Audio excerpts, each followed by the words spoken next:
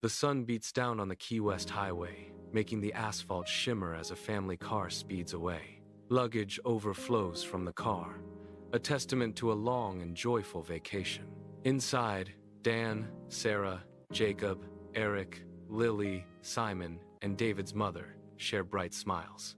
Their faces glow with the lingering relaxation of their getaway, radiating happiness. Light-hearted chatter fills the car, a symphony of post-vacation bliss. Yet, a silent, unseen darkness begins its relentless approach, casting a subtle chill. In the family car, Simon gazes out the window, his young face etched with an intense, unusual perception. His eyes, deep and knowing, seem to absorb more than the fleeting scenery outside. The world rushes past, a blur of colors and shapes, yet Simon's focus remains unwavering. A subtle hint of extraordinary perception flickers in his gaze, a secret world unfolding before him. Their laughter and chatter fill the car, a stark contrast to Simon's quiet, intense contemplation. The Hirsch residence looms, a dark silhouette against the moonless sky, devoid of light and sound. A sleek, black vehicle glides to a silent stop at the curb, an ominous presence in the deserted street. Bender emerges, his face a mask of cold, calculating resolve, stepping onto the eerily quiet street. Behind him, the imposing figure of death follows, a chilling shadow in the night, fulfilling their sinister intent. Under the cloak of night, Bender moves with practiced stealth towards the Hirsch residence alarm box, a shadow against the darkness. With a chilling precision, he produces a can of liquid foam, its nozzle poised to strike. The foam erupts, expertly filling the siren's mouth, a silent scream smothered before it can begin. The once threatening alarm system rapidly hardens into a silent, inert mass, a testament to his chilling expertise. Bender surveys his handiwork, the silence a chilling monument to his criminal mastery. Under the cloak of night, Death, a towering figure with a gaunt face, approaches the rear door of the Hirsch residence. His ice-cold eyes fixate on the glass, a chilling determination in his gaze. With a diamond cutter, Death meticulously begins to slice a perfect circular hole into the door's glass. The glass parts silently, a testament to his chilling precision, preventing any telltale shattering sounds. The circular cutout is complete, revealing a path to the lock as he prepares to enter unseen. Bender and Death step into the Hirsch residence, the dim interior illuminated only by the faint, eerie glow of streetlights. The air inside the house is thick with an unsettling menace, a palpable tension hanging heavy. Bender gestures silently toward the shadowy stairs, his silent command clear and chilling. Death's gaze follows Bender's hand, a silent acknowledgement passing between them in the oppressive gloom. A silent, imposing shadow ascends the ornate staircase, a harbinger of doom in the dim light. Death's movements are fluid, almost predatory, his form a stark silhouette against the shadows. His military-cut gray hair gleams, a chilling contrast to his all-black attire. He moves with a singular, chilling purpose, his presence filling the upstairs hallway. The silent orchestrator of chaos prepares to meticulously stage a devastating robbery. Garments flutter like discarded leaves as Death swiftly strips the walk-in closet bare, his search relentless. A faint gleam of gold catches the dim light, and a chilling grin, revealing gold-capped teeth, spreads across Death's face. In the opulent Hirsch residence, Bender moves with chilling precision, a figure of methodical menace in the silent night. His hands, steady and unhurried, snip through the landline phone cords, each cut a deliberate act of isolation. The severed lines drop to the polished floor, silent witnesses to his calculated and ruthless plan. He leaves other items untouched, a master of deception, delaying suspicion with every careful movement. Bender's efficiency is terrifying, embodying a cold, unyielding resolve as he executes his dark purpose. The oppressive darkness of night cloaks the Hirsch residence driveway, an unsettling stillness hanging in the air. A faint, distant hum of an engine pierces the silence, growing steadily louder with each passing moment. Bender, a figure of frozen anticipation, stands rigid, every nerve alert to the approaching sound. His senses, heightened by the impending arrival, become acutely aware of every subtle shift in the night. The engine's roar swells, then abruptly softens as a vehicle finally pulls into the driveway, its lights cutting through the dark. Bender remains motionless, a statue of dread, as the car's presence confirms the family's imminent return. Bender's torch beam slices through the oppressive darkness of the Hirsch residence ground floor. With a quick, decisive flick, he extinguishes the light, plunging the space into absolute blackness. He raises a walkie-talkie to his lips, his breath held in the silent, suffocating air. His voice, a low, urgent whisper, slices through the quiet. "Death, hide, and come downstairs." "No time for masks," he commands, his words chillingly precise. The front door of the Hirsch residence swings open, revealing the returning family. Dan, Jacob, Sarah, Eric, and Lily enter, laden with bags, their faces beaming with vacation joy. Their light-hearted chatter fills the quiet living room, a symphony of lingering happiness. With a flick of Dan's wrist, the room is instantly bathed in warm light, welcoming them home. In the living room's deep shadows, Bender's eyes meticulously scan the family, a silent count forming in his mind. A subtle flicker of concern crosses his features, a fleeting shadow in the dim light. He realizes two are missing: Sarah and Simon, their absence, a stark void. His concern vanishes, replaced by a steely, unyielding resolve, hardening his gaze. In the opulent living room, Eric and Lily, their faces glowing with innocent anticipation, prepare to ascend the grand staircase. Suddenly, two menacing figures, Bender and Death, emerge from the room's deep shadows, guns glinting in their hands.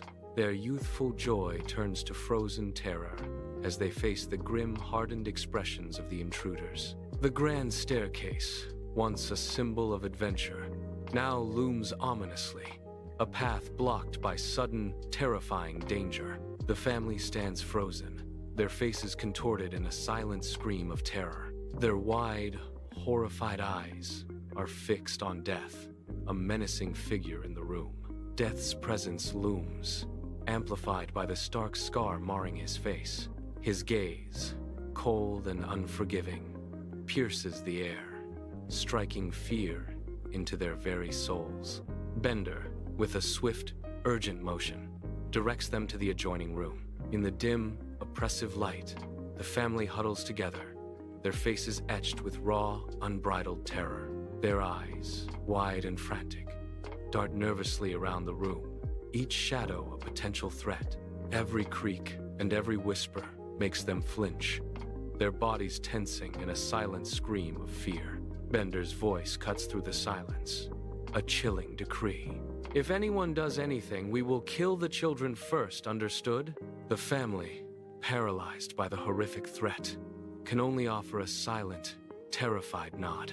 Fear has stolen their voices, leaving them trapped in a silent, agonizing tableau of despair. The Hirsch residence driveway is cloaked in deep night, the car's engine still emanating a faint, lingering warmth.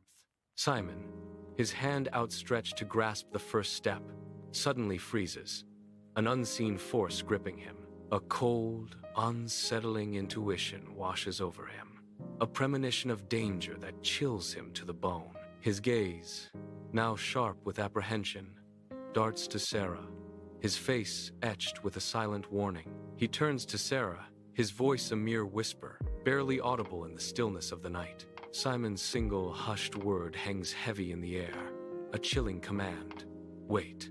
Simon's eyes are wide with terror, his hushed whisper cutting through the night. "Do not move. Danger is inside the house." Sarah's face drains of all color, her breath catching in her throat, a silent scream of fear. "It's Bender, the killer cop I told you about, and someone very bad, 10 times worse, is with him." Simon commands, his voice firm despite his fear. "Come behind me, Mom, and do not do anything." His gaze unwavering, Simon asserts, "I know what to do," a desperate promise in the face of terror. Sarah's hands tremble, her breath a ragged gasp, as she stares at the darkened, ominous Hirsch residence. Simon shakes his head slowly, his gaze fixed on the menacing shadows, a silent dread chilling the air. "Let's call the police," Sarah whispers, her voice laced with terror. "No," Simon retorts, taking a determined step forward. "He holds our family hostage and will kill them for sure. I know what I am doing. Follow me." Sarah follows Simon into the empty entryway, her movements slow and lifeless, like a zombie. Simon's voice cuts through the quiet. "Mr. Bender, you and your friend can come out," he commands, his voice firm. "I know that you are here. Come out, please." Simon, small but radiating an unsettling calm, meticulously closes the door, sealing off the room. The heavy door clicks shut, a final, ominous sound echoing in the hushed space. "Close the door, Simon. Come in," Bender's voice insists, a sinister invitation. Simon walks with an unnerving composure towards the room where the family is held captive. Bender emerges into the room, his face now fully visible, casting a long shadow. Sarah instinctively pulls Simon behind her, her body a shield against the looming threat. But Simon steps out, a determined glint in his eyes, refusing to be protected.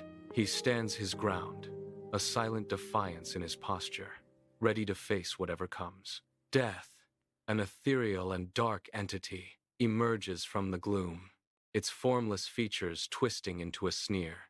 The air thickens with an unspoken menace, as Death scrutinizes Simon with chilling intensity. Death's voice echoes.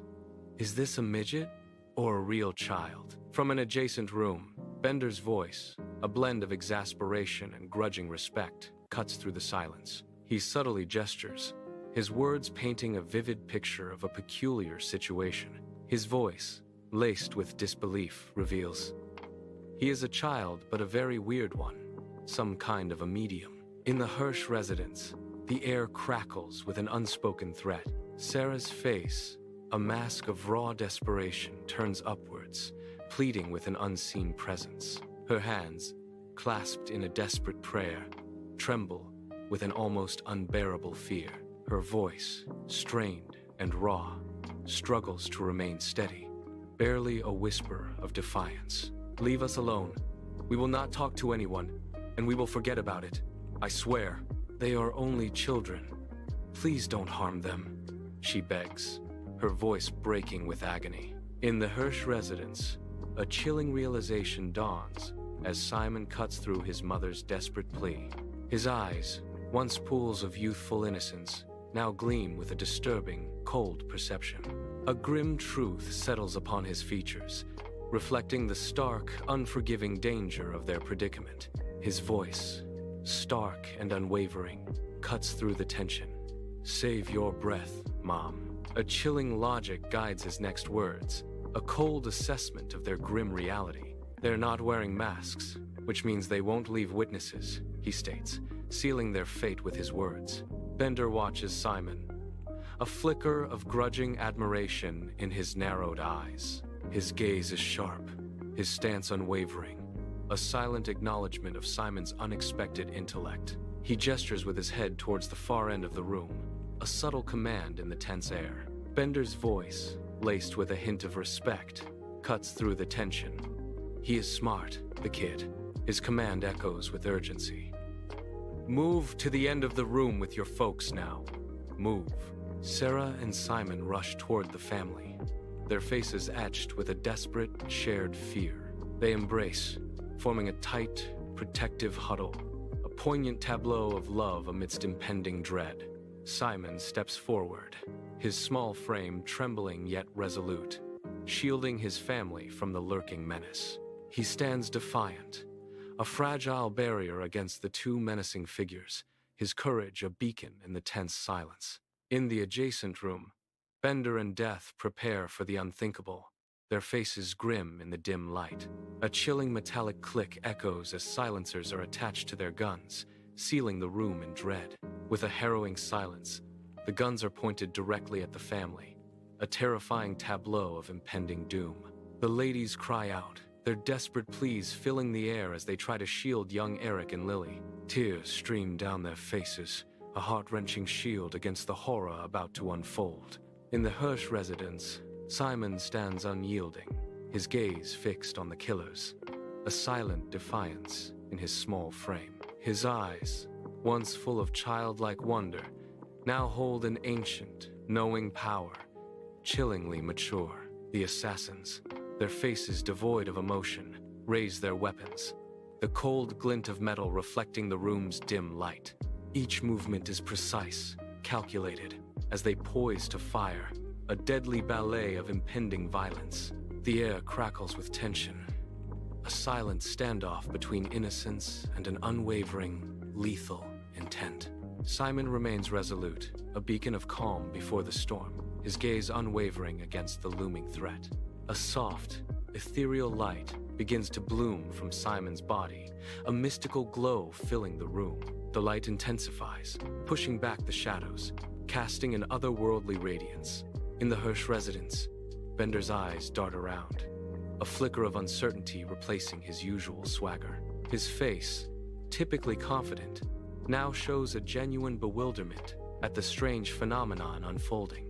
The air crackles with an unseen energy, mirroring the confusion in Bender's gaze. He struggles to process the bizarre events, his composure completely shattered. A single, bewildered utterance escapes his lips. What the hell? In the adjacent room of the Hirsch residence, Death's eyes widen in sheer terror, a sight rarely witnessed. His usually impassive face contorts, betraying an unimaginable dread that chills the air. A mask of pure horror replaces his stoic expression, revealing a vulnerability never before seen. The room begins to glow intensely, a blinding light erupting from an unknown source. The light swirls violently, engulfing the family within its ethereal, shimmering embrace. Death recoils, utterly overwhelmed by the terrifying, swirling luminescence that surrounds them all. In a continuous moment, the assassins watch, their faces contorted in pure horror, as their victims begin to swirl and distort. The victims' faces twist into nightmarish visages, their skin peeling away in a grotesque dance. This macabre transformation is a terrifying illusion, a raw and potent manifestation of Simon's power. In the adjacent room, the family huddles together, their eyes wide with profound confusion, watching Bender and Death. Their heads swivel from side to side, eyes darting as they witness an unseen horror unfolding before them. Their expressions are a chilling blend of sheer terror and utter disbelief. They are seeing something the family cannot. Their reactions a disturbing testament to the unseen.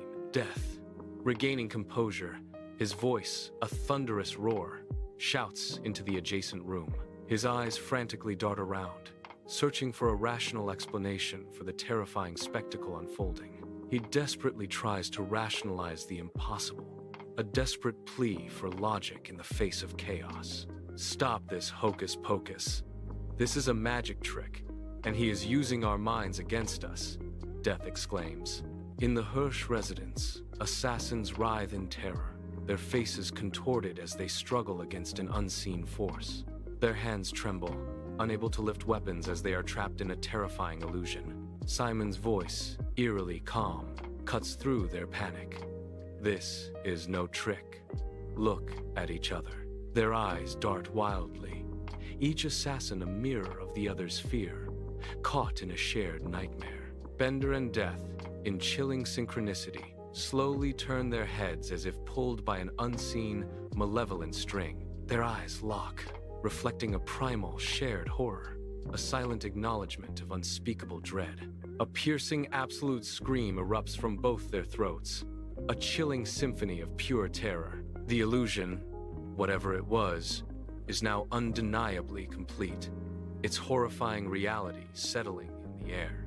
In a tense, silent room, Bender and Death lock eyes, a terrifying resolve etched on their faces. Simultaneously, they unleash a flurry of silenced gunshots, the air thick with impending doom. Living room. Each bullet finds its mark with a dull, sickening thud, echoing the finality of their desperate struggle. Both figures crumple to the floor, their life force draining away, a tragic end to a brutal conflict. Their bodies lie riddled with self-inflicted wounds, a testament to their mutual, destructive determination. A chilling silence hangs heavy in the air, broken only by the ragged breaths of the horrified family. Sarah's eyes dart frantically between the two lifeless forms on the floor, her face a mask of pale terror. The family stands frozen, their expressions a haunting mosaic of shock and disbelief, trying to grasp the impossible. Sarah's voice, a fragile whisper, breaks the spell. What just happened here? Jacob's eyes dart around, a mixture of shock and confusion etched on his face. The entire family turns their attention to Simon, their expressions pleading for an explanation. Jacob's voice, laced with disbelief, cuts through the tension. This is unreal. Instead of shooting at us, they shot at each other. His gaze fixes on Simon, demanding answers. What happened, Simon? What did you do to them? Simon stands, an unsettling calm radiating from his relaxed posture. His gaze is steady, his voice a measured whisper as he begins to speak, an intense stillness about him. I did not do a thing, he states, his words a chilling denial. A part of me is, in a way, from another reality, he continues, revealing a profound and unsettling truth. He explains, they could see each other the way they really were, their ugly souls, a dark revelation of hidden truths. In the Hirsch residence, a soft lamp casts a warm glow, illuminating the faces of the family members. Their expressions are a mixture of awe and disbelief as Simon begins to speak. They lean forward, captivated by his words, hanging on to every syllable. Simon's voice is calm but carries a profound weight. It must have been scary. He continues. So, they saw each other as horrifying monsters. A chilling revelation escapes his lips. From the scare they shot and killed each other. Dan, reeling from a shocking revelation, paces the room with frantic energy, his mind racing, his voice tight with disbelief. Dan mutters, It's unbelievable, he continues. If I hadn't seen it with my own eyes, I could not have believed it in 1,000 years. A grim determination settles on his face as he declares, I have to call the police now. In the Hirsch residence, Sarah's face is stark white, her mind racing with a chilling urgency. Her eyes dart around the room, assessing every shadow, every detail, as if searching for an escape. The air crackles with unspoken tension, a silent scream hanging in the space. Her breath hitches, a desperate question forming on her lips. Her voice barely a whisper. She grapples with the impossible, the words heavy on her tongue. How can we explain what happened? The question hangs in the air, a chilling echo in the silent room, demanding an answer that eludes them. In the Hirsch residence, Eric, surprisingly composed, approaches Simon, a silent understanding passing between them. His gaze, though steady, holds a depth of unsaid emotions, a silent plea for forgiveness and acceptance. Simon meets his eyes, a flicker of raw emotion crossing his face, a mixture of pain and dawning comprehension. Eric then embraces Simon, a profound gesture of gratitude and acceptance, a bridge built between them. In that embrace, a silent promise is made, a new path forged in the crucible of shared experience. Eric's voice, firm and resolute, breaks the silence. We will tell the truth, and that's it. With eyes shining with otherworldly innocence, Lily embraces Simon, her small arms wrapping around his neck. Her words, soft yet profound, momentarily startle the adults, hanging heavy in the silence. Lily's innocent declaration echoes, I knew that you would protect us, Daddy. The air crackles with an almost unbearable anticipation, a palpable tension in the Hirsch residence. David's mother fixes her gaze on Simon, her eyes burning with a desperate, unspoken question. Her voice, a gentle yet unyielding whisper, cuts through the heavy silence, searching for an answer. Every soul present braces, the weight of the moment pressing down as they await the profound revelation. Her plea hangs in the air, a heart-wrenching query. Simon, "Are you also my son, David?" In the Hirsch residence, Simon stands, his gaze steady, a quiet conviction burning in his eyes. He reveals, "In a way, I am partly my father's son and partly him." A profound truth echoes as he explains.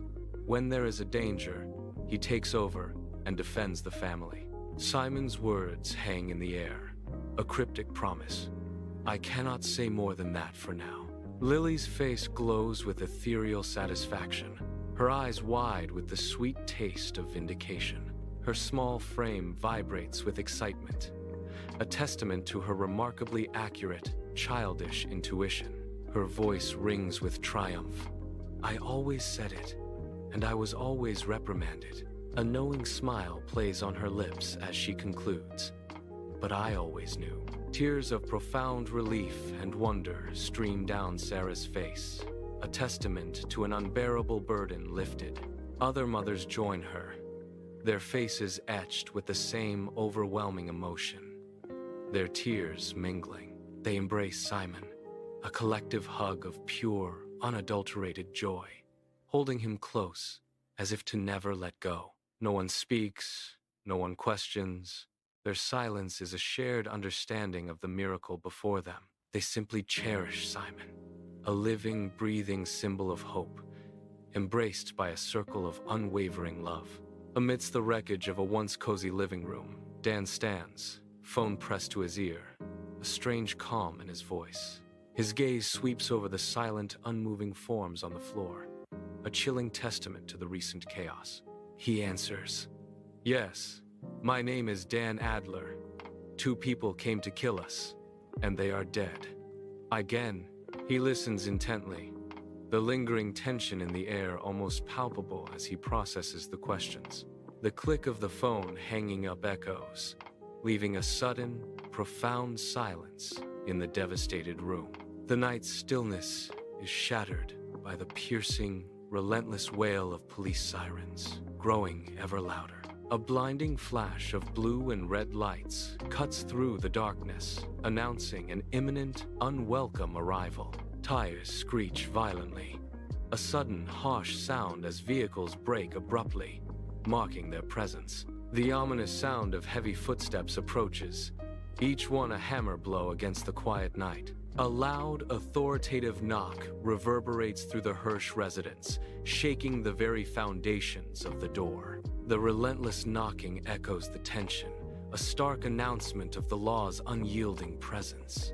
Jacob stands at the doorway of the Hirsch residence, a moment of fragile calm hanging in the air before the storm. He opens the door, unaware of the impending chaos about to engulf his home. Suddenly, a wave of police officers, their faces grim and alert, surge into the house. Their forceful entry shatters the quiet night, the fragile peace dissolving in an instant. The officers move with purpose, their presence a stark contrast to the domestic setting. The once calm entryway is now a scene of tension, the air thick with unspoken threats and sudden invasion. In the entryway, an officer steps forward, his hand firmly on his weapon, his gaze intense and unwavering. Dan moves with urgency to the front, a silent command in his posture. He gestures for the officers to follow him deeper into the house, into the unknown. The officer's voice cuts through the tension. "What happened? Where are the bodies?" A somber lieutenant, his face etched with weariness, arrives at the Hirsch residence, the weight of his duty heavy upon him. He offers a curt nod to Dan and Jacob, a silent acknowledgement of the tragedy that binds them. Other officers follow, their presence a grim procession, their steps measured and quiet. They move deeper into the house, a silent, grim march towards the unspeakable horror that awaits. Each step echoes in the chilling silence, leading them closer to the room where the bodies lie. Officers enter the room, their boots scuffing softly on the carpet, their faces grim with anticipation. Their eyes widen in horror, falling upon the gruesome scene unfolding before them. Bullet holes mar their torsos, stark against their clothing, a brutal testament to their demise. The silence in the room is deafening, broken only by the officer's heavy breathing, the air thick with dread. The lieutenant's eyes, wide with disbelief, fix on a body on the ground, a chilling recognition dawning. A gasp escapes him as his face contorts in shock, the horrific scene unfolding before him. His gaze lingers, a silent horror etched into his features as he comprehends the grim reality. Shit. It's Officer Bender. He's a cop, he mutters, his voice trembling with a profound sense of loss. His eyes frantically scan the gruesome scene, a desperate plea escaping his lips. What the hell happened here? In a tense room, Jacob sits opposite the lieutenant, visibly shaken, his hands clasped tightly. His gaze drifts past the lieutenant, fixed on an unseen point as he recounts the night's horrors. Jacob carefully navigates his narrative, his words painting a picture of mundane terror. He skillfully omits any mention of the supernatural, focusing solely on the brutal break-in. His voice, though steady, carries the heavy echoes of gunfire, a chilling testament to his ordeal. In a tense adjacent room, the lieutenant's face is etched with grim determination as he issues a crisp order to an officer. He instructs the officer to contact the lab team and the coroner, his voice sharp with urgency. Stepping away, the lieutenant pulls out his mobile phone, a profound sense of concern furrowing his brow. He dials his captain, the weight of the situation heavy on his face. In a hushed, adjacent room, the lieutenant's brow furrows with disbelief as he speaks into his phone. His voice, a stark whisper, betrays the chaos he's just witnessed. Hi, Captain. It's me, Earl. I'm at the house of the Hirsch family. There is something very strange here. One of the two supposed robbers are... You won't believe it. A cop that we know. It's Bender, sir. In the captain's office, shadows dance as he holds the phone. His face, a mask of utter disbelief. His gaze is fixed on the wall, unseeing, as unexpected news hangs heavy in the air. A profound silence stretches, thick with the weight of unforeseen tidings. The words he just heard, a stark contrast to the grim fate he had anticipated, echo in his mind. His world shifts, the unexpected news rewriting the family's destiny before his very eyes. The lieutenant, his brow furrowed with palpable concern, strains to catch any sound from the adjacent room. He takes a tentative, almost imperceptible step forward, his weight shifting with quiet apprehension. His hand hovers, a silent sentinel, near the reassuring weight of his sidearm. A whisper of a question escapes his lips, tinged with urgency. Cap! Are you there, Cap? The silence that follows is a heavy, suffocating blanket, amplifying his unspoken fears. In the captain's office, the captain's face reveals a dramatic shift, from shock to profound relief. His eyes, wide with disbelief, slowly regain their focus, fixed on an unseen presence. His deep concern is palpable, a silent testament to his unwavering dedication. His voice, though steady, carries an undertone of awe. Yes, I am here. This is incredible. A desperate question hangs in the air. Are all the members of the family all right? His eyes narrow, a silent question etched on his face as he processes the inexplicable violence. A deep sigh escapes him as he states, "Yes, sir, and I do not understand what has happened here." He gestures to the grim tableau. It looks like the two robbers shot at each other. A chilling revelation. The other one is a known criminal, Death. We've been looking for him for over 5 years. In the captain's office, a single lamp casts a dim glow, illuminating his troubled face and disheveled uniform. His eyes, heavy with exhaustion, scan the desk, a testament to the long, perplexing night. The captain's mind races, grappling with the bizarre turn of events, a silent storm brewing within him. He struggles to fathom how to explain this unprecedented situation, the weight of his career pressing down. His gaze is fixed, lost in thought, as he considers the potential implications for his future. Breaking the silence, the captain says, "I am on my way to you," his voice strained with resolve. The Hirsch residence, now a chilling tableau, is crisscrossed with yellow caution tape, screaming, "Crime scene," into the night. Uniformed officers stand like silent sentinels, their figures stark against the encroaching darkness. The captain's car slices through the gloom, its headlights cutting a path of stark white light as it pulls to a stop. He emerges, his face a canvas of profound worry, reflecting the gravity of the scene before him. In the dimly lit entryway of the Hirsch residence, long shadows stretch as grim-faced officers stand at attention. The captain enters, and the officers snap to a sharp, unified salute, their expressions unyielding. The lieutenant steps forward, his voice a low, gravelly rumble, cutting through the tense silence. "This way, Captain," the lieutenant directs, his voice echoing with authority in the somber space. The captain steps into the room, his presence immediately commanding attention. His gaze, sharp and assessing, locks onto Sarah across the room. A fleeting, unreadable expression flickers across his face, a mask of concealed emotion. He offers a slight, almost imperceptible nod, acknowledging her with a subtle gesture. His voice, measured and calm, breaks the silence as he addresses Sarah directly. "Hello again, madame. Sorry to meet twice in such circumstances," he states, a hint of irony in his tone. In the Hirsch residence, Sarah stands, her face a mask of carefully constructed composure, her gaze steady. She declares, "We have nothing to do with either case," her voice unwavering. She continues, "These two men were here and wanted to kill us, and we do not know why." Sarah's eyes hold a chilling resolve as she states, "I think they were trying to rob us and take our home." A tremor of unspoken fear underlines her final words. Only good knows why. Her composure remains, a fragile shield against the terror of the recent past. Lab technicians move with grim efficiency, their cameras flashing, capturing the silent aftermath of violence. They meticulously mark the precise locations of bullet casings, each one a grim testament to the struggle. Bender and Death lie motionless, clad in black commando suits, their faces bare and still in death. The room is heavy with the unspoken horror of what transpired, a chilling tableau of finality. In the Hirsch residence, the air hangs heavy with the grim aftermath of violence as a lab officer approaches the captain.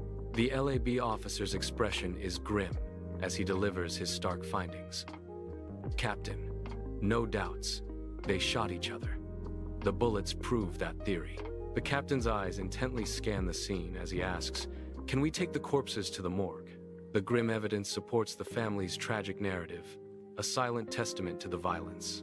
The captain nods, a subtle flicker of understanding crossing his face as his demeanor shifts. He turns to Sarah and the family, his expression carefully neutral, masking his true thoughts. His voice, now calm and measured, breaks the silence. "Okay, go ahead." He reveals the chilling truth. One of the two men is a police officer, and it looks as if he killed the other man trying to protect you. In the Hirsch residence, the family prepares to refute the captain's theory, their mouths poised to speak. Sarah, with lightning speed, places a hand over Simon's mouth, silencing him before a word can escape. The family watches, their expressions shifting from surprise to understanding, then to approval for Sarah's quick thinking. A collective sigh of relief seems to ripple through the room as danger is averted by Sarah's swift action. Sarah's voice, though hushed, carries immense gratitude. "Thank God that he was here." She reflects on the chaotic moments. "It was all so fast, and we did not have time to realize what was really going on." The captain's gaze sweeps over the family, a hint of satisfaction gleaming in his eyes. Sarah nods, a silent, unspoken pact forming between them in the tense air. The captain's voice cuts through the silence. "Since one of the men was a police officer, a special team, the police will be investigating. So please remember what we just said, and then you will just have to repeat it." He concludes with a chillingly calm, "Okay?" his eyes fixed on their faces.